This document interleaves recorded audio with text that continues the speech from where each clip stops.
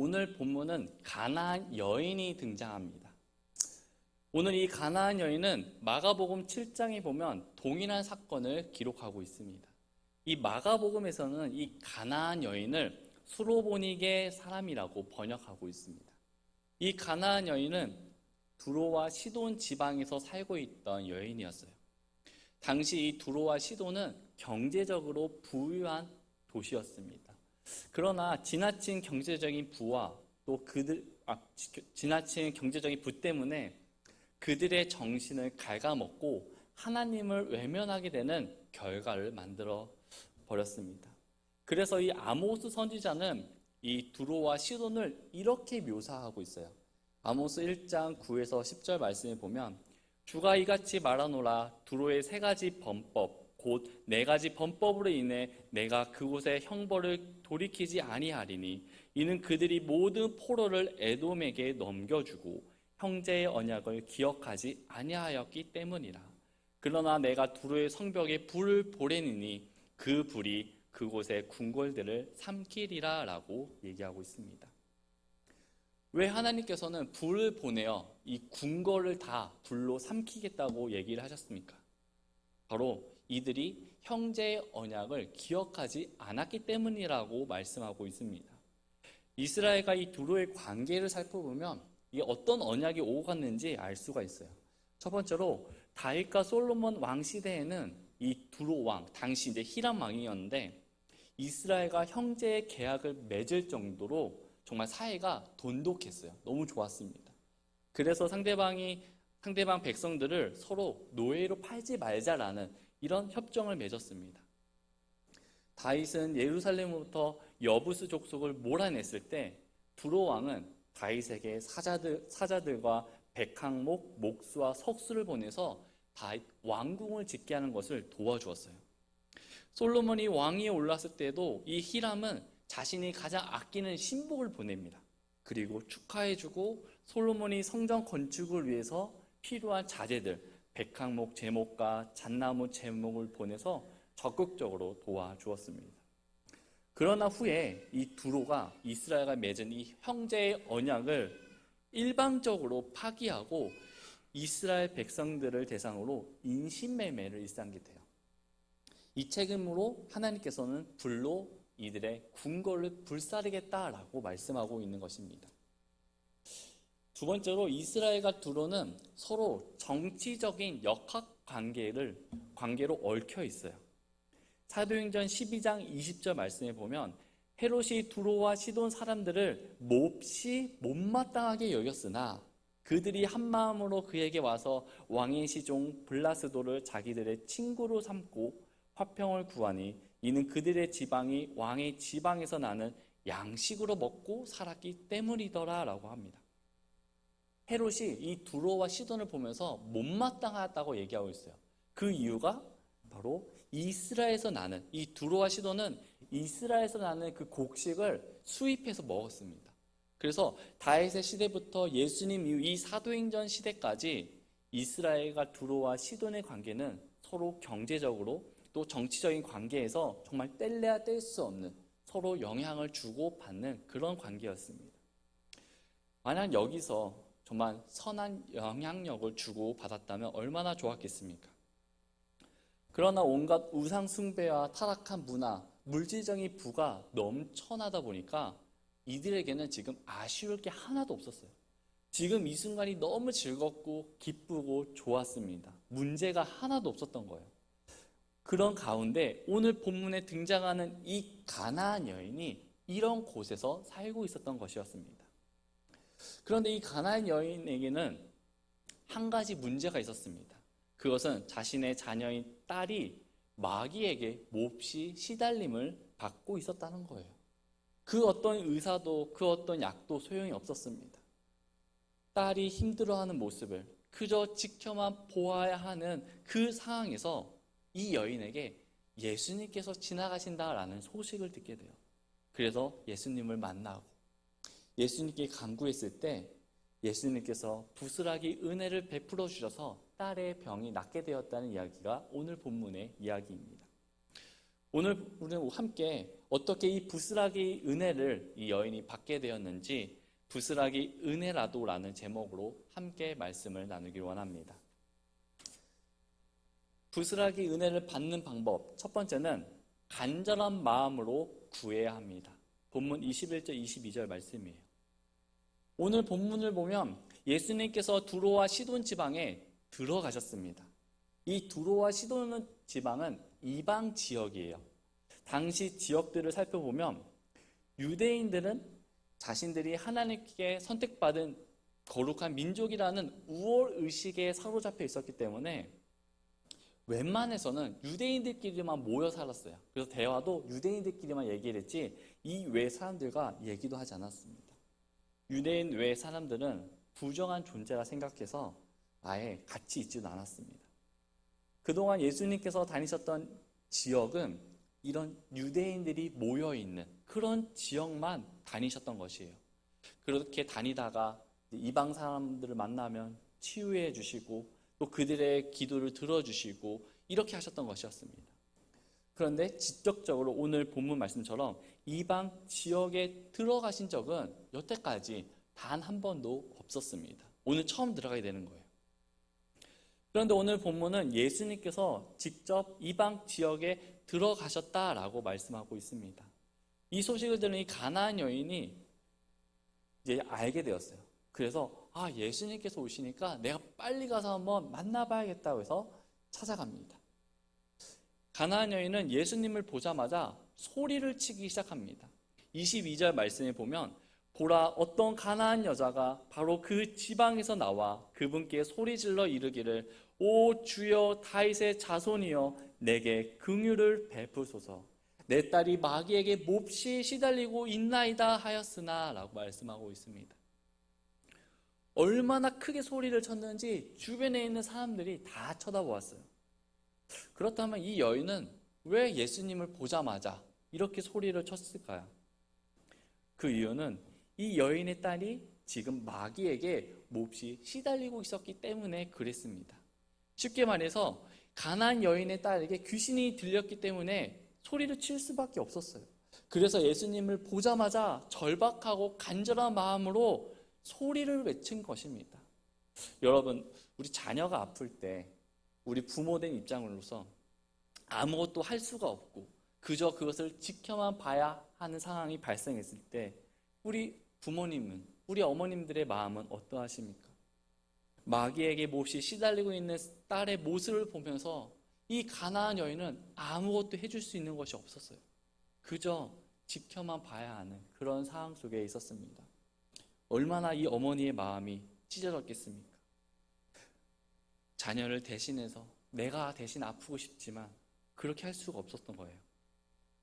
내 자녀를 살릴 수만 있다면, 내 목숨을 내어놓고도 정말 네 딸만 어떻게든 살 수만 있다면 이 어머니가 무엇인들 못하겠습니까? 그것이 부끄러운 일이든 자존심을 내려놓는 일이든 상관없었습니다. 그저 딸만 고칠 수만 있었다면 이 여인은 무엇이든 할 수 있었습니다. 자식이 잘못되어 가고 있는 모습을 바라만 보고 있는 그런 부모님이 어디 있겠습니까? 창세기 21장에 보면 아브라함의 아내 하갈이 나옵니다. 이제 하갈이 사라를 괴롭히잖아요. 아이를 갖지 못했다고 해서. 그동안에 있었던 행동으로 인해서 이 하갈은 이스마엘을 안고 쫓겨나게 됩니다. 그래서 이제 광야에서 배회하다가 이제 물이 떨어진 거예요. 더 이상 마실 물이 없었을 때 이렇게 고백을 합니다.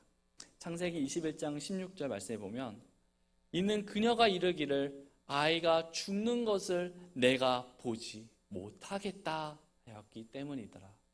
그녀가 그를 마주보며 앉아서 목소리를 높여 우니 자식이 죽는 것을 도저히 볼 수 없다라고 이야기를 하고 있는 거예요.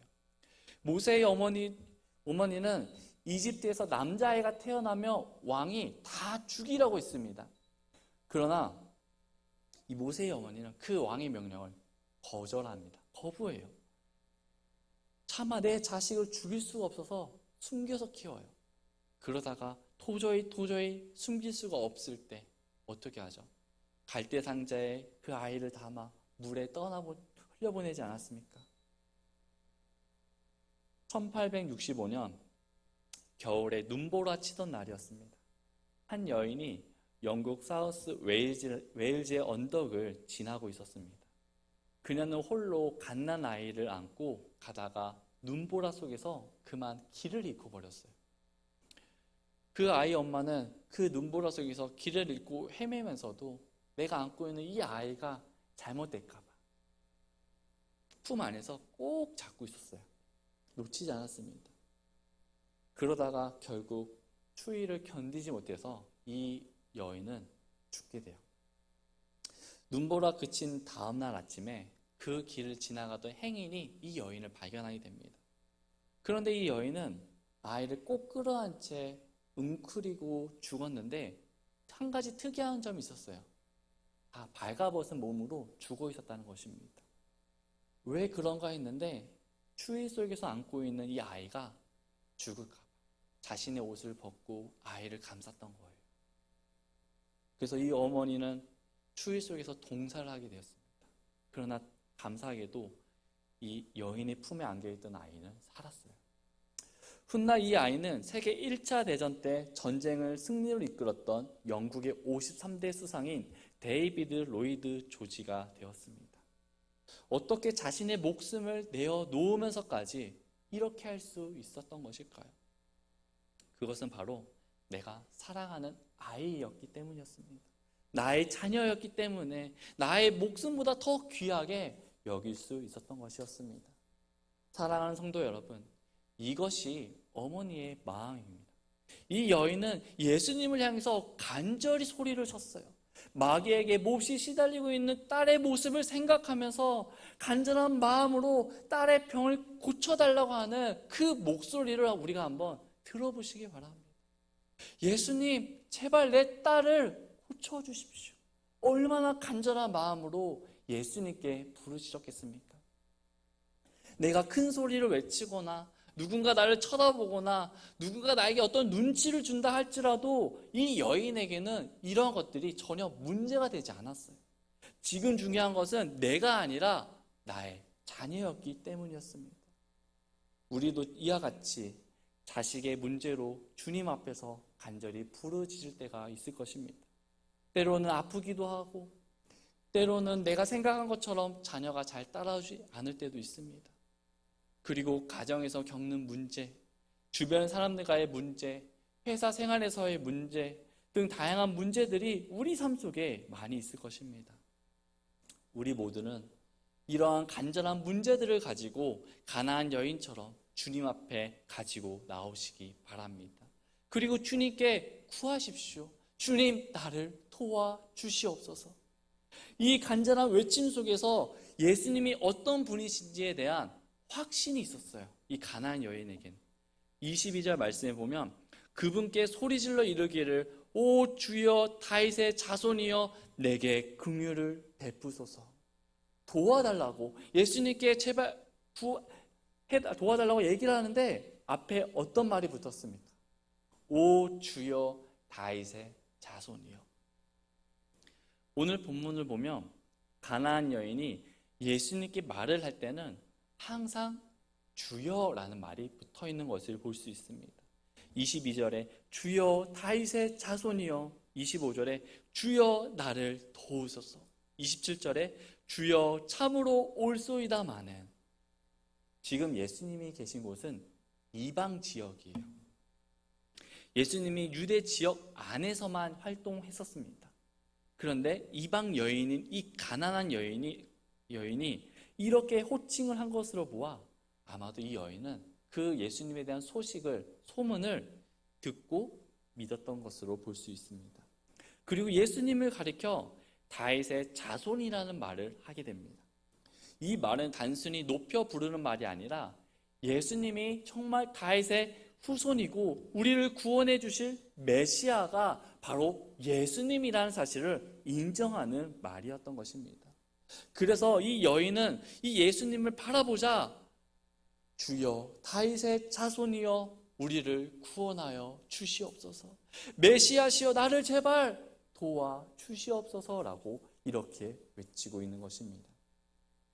이 가나안 여인은 이방 여인임에도 불구하고 예수님이 어떤 분이신지 알고 믿고 확신했습니다. 오늘 본문 앞장들을 살펴보면 예수님께서 어떤 일들을 하십니까? 바다 위를 걸으시고 5천 명을 먹이시고 수많은 병자들을 고쳐주신 것을 이 여인은 다 알고 믿고 있었습니다.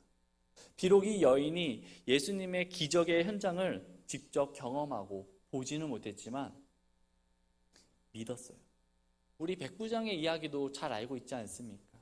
백부장도 이방인이었지만 예수님을 직접 만난 적은 없었지만 예수님께 이렇게 대답을 하였습니다. 누가복음 7장 7절에 말씀만 하옵소서 그러면 내 종이 낫겠나이다. 사랑하는 성도 여러분, 여러분들은 지금 예수님을 어떻게 바라보고 계십니까? 예수님께서 정말 나의 구원자이시고 나를 인도해 주시는 분이시라는 것을 믿고 확신하고 계십니까? 오늘 가나안 여자는 예수님을 직접 만난 적도 없고 소문만 듣게 되었지만 예수님을 믿고 확신했어요. 그래서 간절한 마음을 가지고 예수님을 향해서 도와달라고 소리를 치고 있었던 것입니다. 정말 간절한 마음이 있고 예수님에 대한 확신이 있는 사람은 주변에서 어떤 일이 일어난다 할지라도 예수님을 향해서 큰 소리로 외칠 수밖에 없습니다. 왜 큰 소리로 외칠 수밖에 없었을까요? 예수님이 아니시면 그 누구도 병 고침을 받을 수 없었기 때문이었습니다. 그래서 이 예수님을 놓칠 수가 없었던 것이에요. 그냥 지나보내게 놔둘 수가 없었습니다. 그래서 예수님을 놓치지 않기 위해서 큰 소리로 예수님께 향해 외쳤던 거예요. 마가복음 10장 47절 말씀에 보면 바디메오가 이렇게 외칩니다.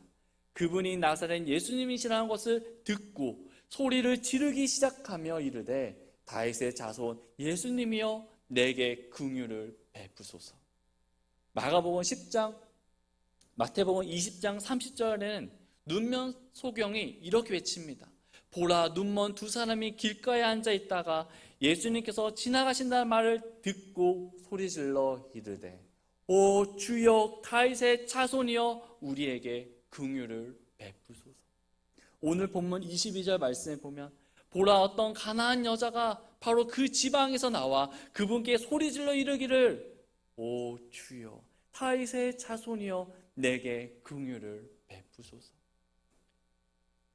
주님의 도움이 필요한 간절한 문제들이 있으십니까? 주님의 손길이 필요하십니까? 주님의 은혜가 필요하십니까? 그렇다면 지금 예수님이 내 앞에 오셨을 때 붙잡으시기 바랍니다. 절대 놓치지 마시기 바랍니다. 바디메오는 눈먼 소경은 이 가나안 여인은 내 눈앞에 예수님이 오셨을 때 주님의 은혜를 구하였다는 사실을 기억하시기 바랍니다. 간절한 마음을 가지고 주님께 도움을 구하십시오. 주님 저를 도와 주시옵소서. 요한복음 16장 24절엔 지금까지 너희가 내 이름으로 아무것도 구하지 아니하였으나 구하라 그리하면 너희가 받으리니 이로써 너희 기쁨이 충만하리라. 이 여인처럼 우리 삶 속에서 우리에게 필요한 간절한 기도들이 있지 않습니까? 그것들을 주님께 구하시기 바랍니다. 우리 주님께서 저와 여러분들의 모든 삶의 형편을 돌보아 주시고 우리를 선하게 인도해 주실 줄 믿습니다. 두 번째로 불순하게 은혜를 받는 방법, 두 번째는 절대 포기해서는 안 됩니다. 23절에서 28절이에요. 가나안 여자는 간절한 마음으로 예수님께 도움을 요청해요. 그러나 예수님의 반응은 어떠하죠? 23절 앞부분을 보면 그분께서는 그녀에게 한 말씀도 응답하지 아니하시니라. 가나안 여자의 간절한 부르짐에도 예수님은 아무런 말씀을 하지 않으셨습니다.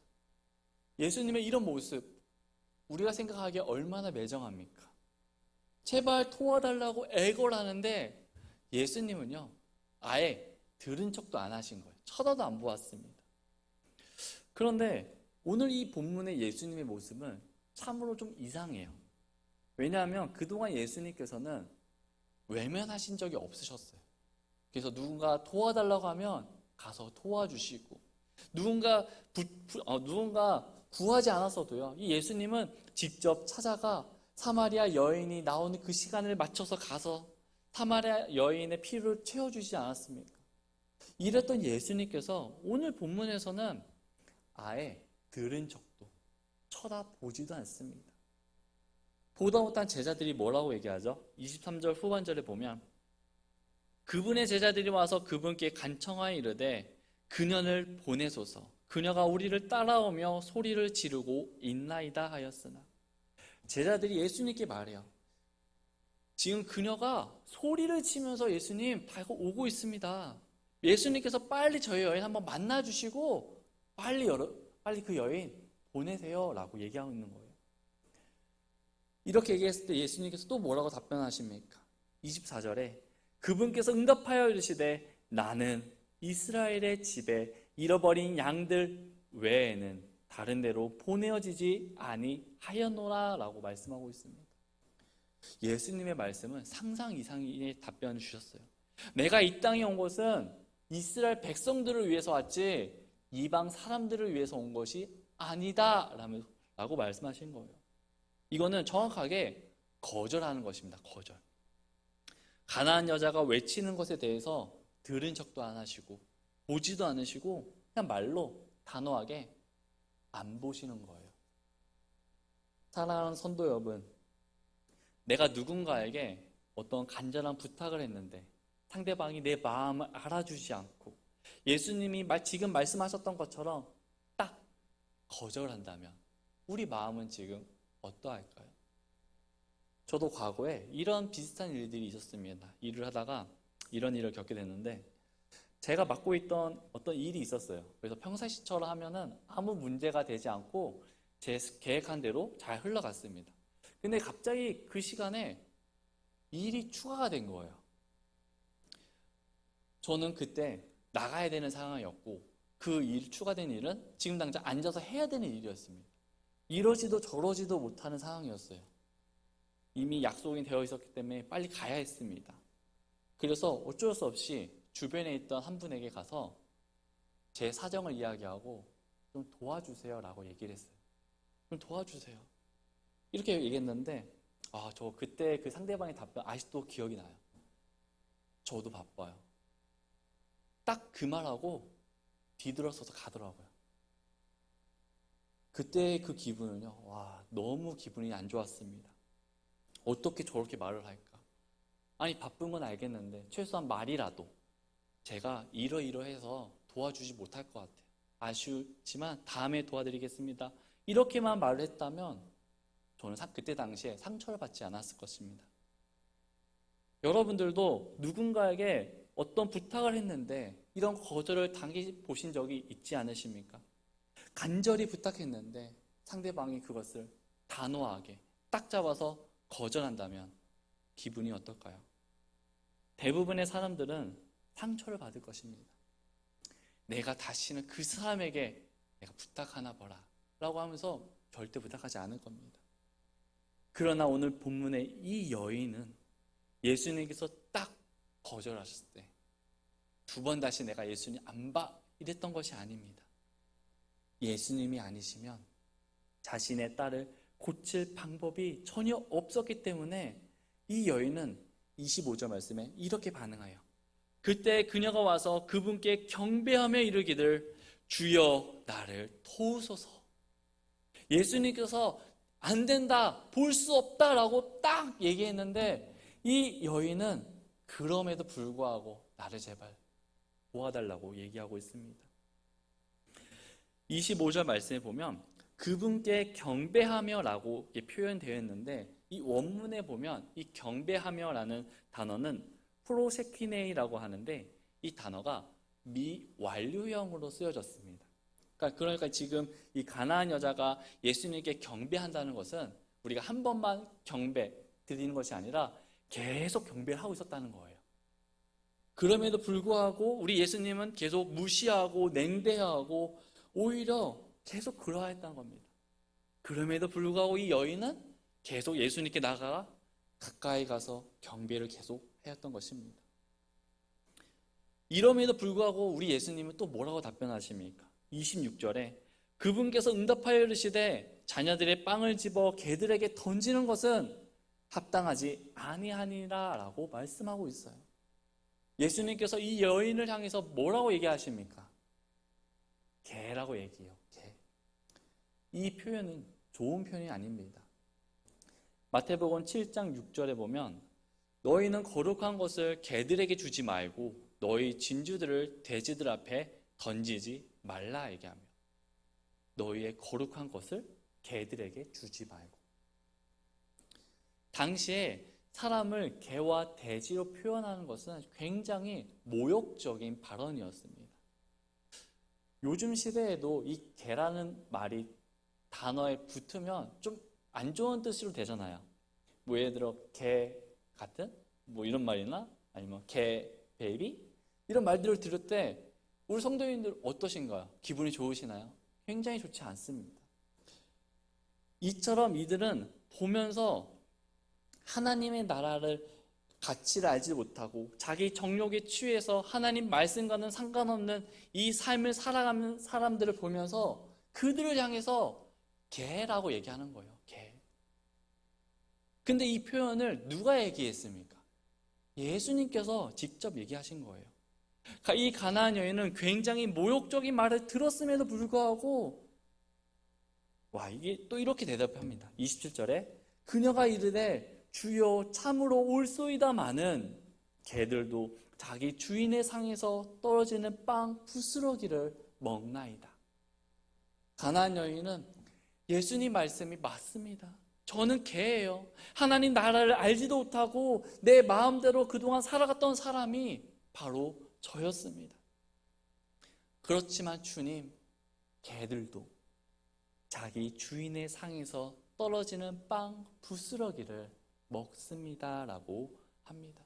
그러면서 부스러기 은혜라도 제게 주시옵소서라고 주님께 간구합니다. 사랑하는 성도 여러분, 예수님께서 모욕을 하시고 무시를 하시고 냉대로 반응을 하셨음에도 불구하고 이 여인은 끝까지 포기하지 않았다는 사실을 기억하시기 바랍니다. 왜 이 여인은 포기하지 않았을까요? 그것은 예수님이 어떤 분이신지 이 가나안 여인은 잘 알고 있었어요. 그리고 그것을 믿고 있었고 확신하고 있었기 때문이었습니다. 그렇기 때문에 예수님께서 이렇게 모질게 대하시고 모욕적인 말씀을 하시는 데에는 분명한 하나님의 의도가 있을 것이라는 것을 그렇게 믿고 생각하고 있었던 것이에요. 그동안 예수님께서 보여주셨던 모습들은 이런 모습들이 전혀 아니었습니다. 가난한 자들을 돌보시고 치료해 주시고 그들의 음성을 들으시고 그들의 필요를 채워주셨던 분이 우리 하나님이셨어요. 사랑의 하나님이 바로 이 예수님이셨습니다. 제자들이 바다 한가운데서 폭풍을 만나 생명의 위협에 처해 있을 때 제자들이 믿음이 흔들렸잖아요. 그때 예수님께서는 제자들을 향해서 어찌하여 믿음이 흔들리느냐 이 한마디만 책망하시고 그 이후로 아무런 말씀도 하지 않으셨던 분이십니다. 그랬던 그분이 오늘 본문에선 이렇게 하고 있는 거예요.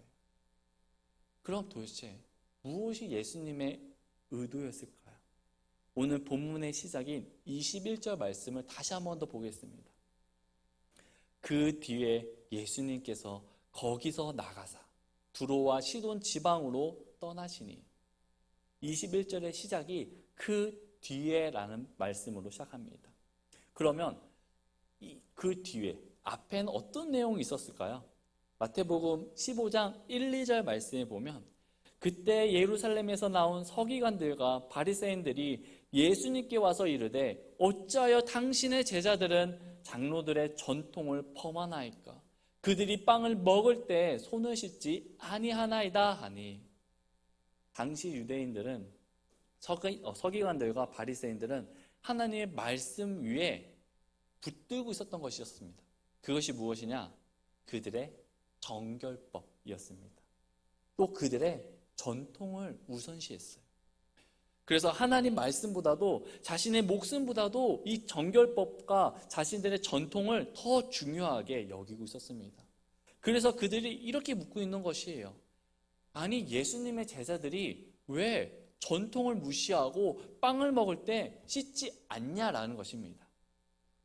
당시에 빵을 먹을 때 이 손을 씻는다는 말의 의미는 우리가 물로 또 손을 씻기도 하지만 당시 식사를 하기 전에 정결법에 의해서 손을 씻고 빵 조각을 떼서 또 손을 닦습니다.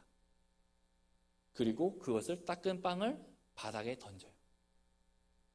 이게 어떤 의미냐면 그들의 불결, 그들의 부정을 이 빵에 다 옮겼다고 전이 되었다고 생각하는 거예요. 그리고 그것을 바다에 떨어뜨렸을 때 와서 그것을 주워 먹는 사람이 누구냐? 주워 먹는 것은 개가 와서 주워 먹는다는 거예요. 여기에 예수님의 목적이 있었습니다. 당시 유대인들은 자신들이 하나님의 선택을 받은 거룩한 민족이라는 특권 의식에 사로잡혀 있었어요. 그러다 보니 유대인이 아닌 다른 사람들을 볼 때 이들의 입장에서는 모두가 다 개였습니다. 모두가 다 부정한 존재였고 더러운 자들이었습니다. 반면에 유대인들은 정결법과 전통을 잘 지키고 있었기 때문에 우리는 깨끗하다, 우리는 정결하다, 우리는 하나님 말씀 안에 서 있다는 이런 착각을 하게 되었던 것이에요. 교만했던 것이었죠. 그래서 예수님께서는 이 부분을 지적하기 위해서 오늘 말씀하고 있는 것입니다.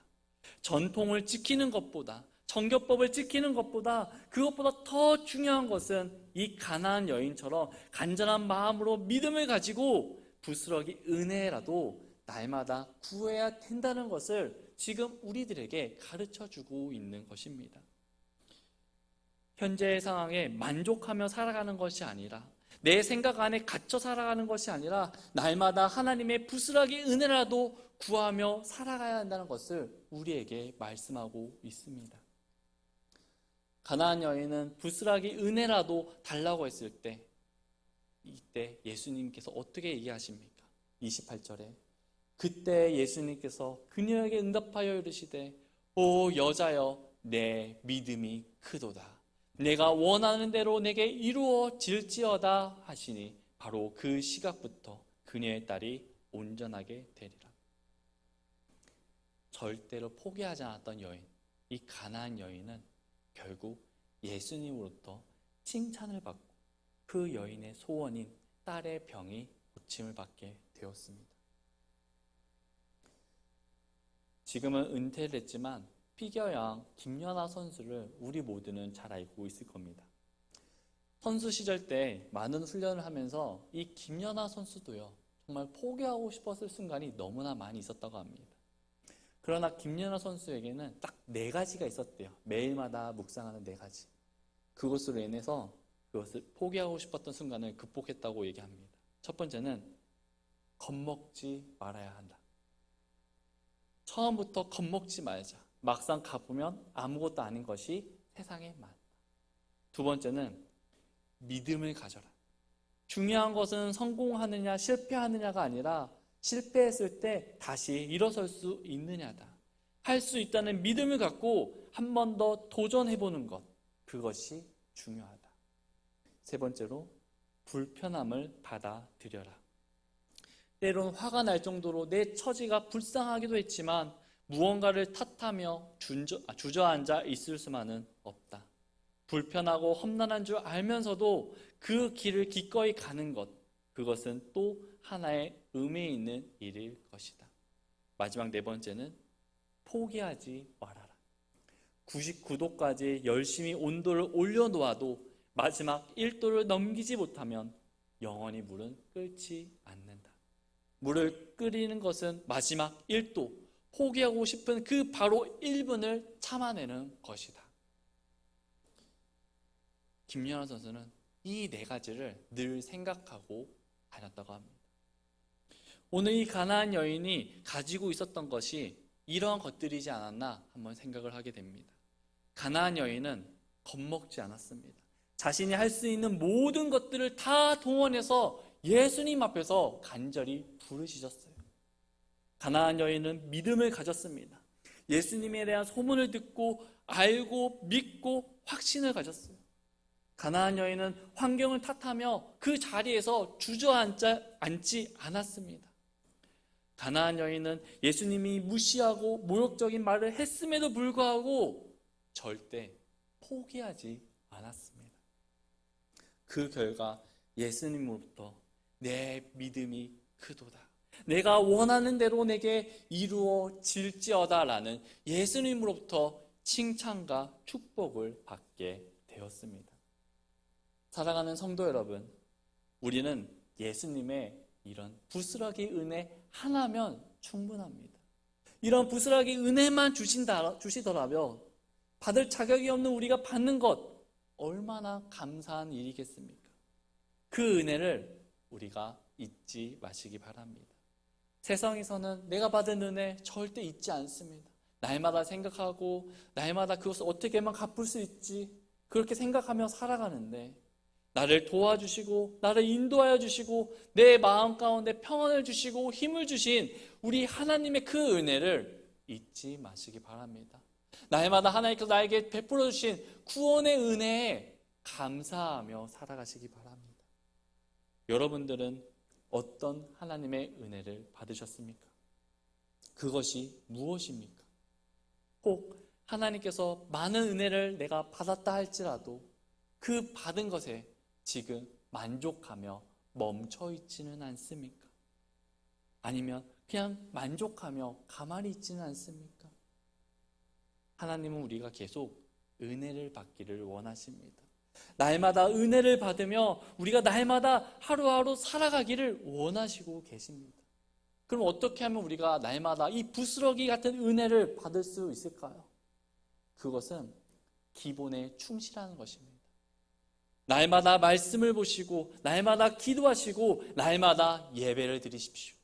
그럼 하루하루가 주님께서 주시는 은혜 속에서 살아가게 되는 것입니다. 날마다 저희들이 살아가야 되는 거예요. 그 날마다가 깨지고 그 날마다 대신에 다른 것을 놓는다면 우리는 무엇을 기대하며 무엇을 바라보며 나아갈 수 있겠습니까? 이 여인은 주님 오시는 그날부터 주님께서 축복해 주신 그 순간까지 주님만 바라보았어요. 주님을 향한 믿음을 굳게 잡았고 흔들리지 않았고 그 믿음만 바라보며 계속 나아갔습니다. 그랬을 때 예수님께서 성경에 보면 내 믿음이 크도다 딱 2번 등장합니다. 첫 번째는 백부장의 믿음을 보시고 칭찬하시고요. 두 번째는 이 가나안 여인에게 이러한 표현을 하신 겁니다. 이러한 표현이, 이러한 칭찬이 우리 성도님들에게 동일하게 이루어지기를 원합니다.